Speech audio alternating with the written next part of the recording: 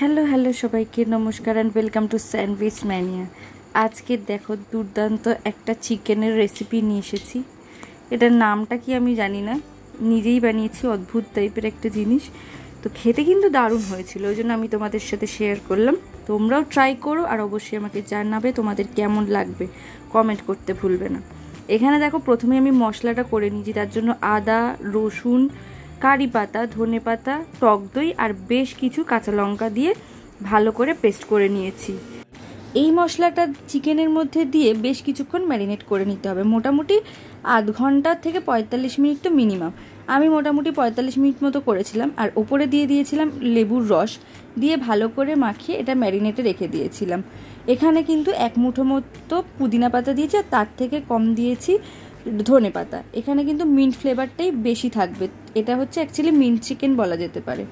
তো এবার কড়াই সর্ষের তেল গরম করে তার মধ্যে দিয়ে দিয়েছি গোটা গরম মশলা, তেজপাতা আর শুকনো লঙ্কা ফোড়ন।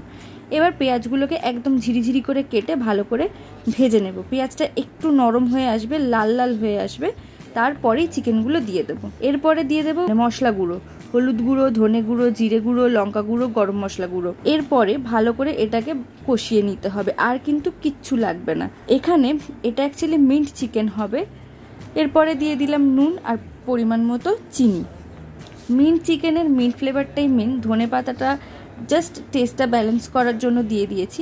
এইবার দেখো চিকেনটা আমি এরমভাবে কষাচ্ছি, প্রথমে আগে কষিয়ে নেবো, তারপর ঢাকা দিয়ে দিয়ে কষাবো। এবার যখন চিকেনটা মোটামুটি একটু জল বেরিয়ে এলো, তার মধ্যে দিয়ে দিলাম আবার একটু টক দই। এবারের পরিমাণটা কিন্তু একদম অল্প, কারণ আমি যখন মশলা ম্যারিনেট করার জন্য করেছিলাম তখন কিন্তু অলরেডি তার মধ্যে একটুখানি টক দই ছিল, তো এখন টক দইটা অল্প পরিমাণ দিলাম। এবারে ভালো করে আবার নাড়াচাড়া করে কষিয়ে আবার একটু তেল ছাড়া হয়ে এলে তার মধ্যে জল দিয়ে এবার ঢেকে রেখে দেব। আস্তে আস্তে মাংসটা পুরোটা সেদ্ধ হবে, বেশ খানিকটা সেদ্ধ হয়েই এসেছিল, এবার পুরোটা সেদ্ধ হবে। এই দেখো ঢাকাটা সরিয়ে নিলাম, চিকেন একদম সেদ্ধ হয়ে গেছে আর জলও খানিকটা বেরিয়েছে।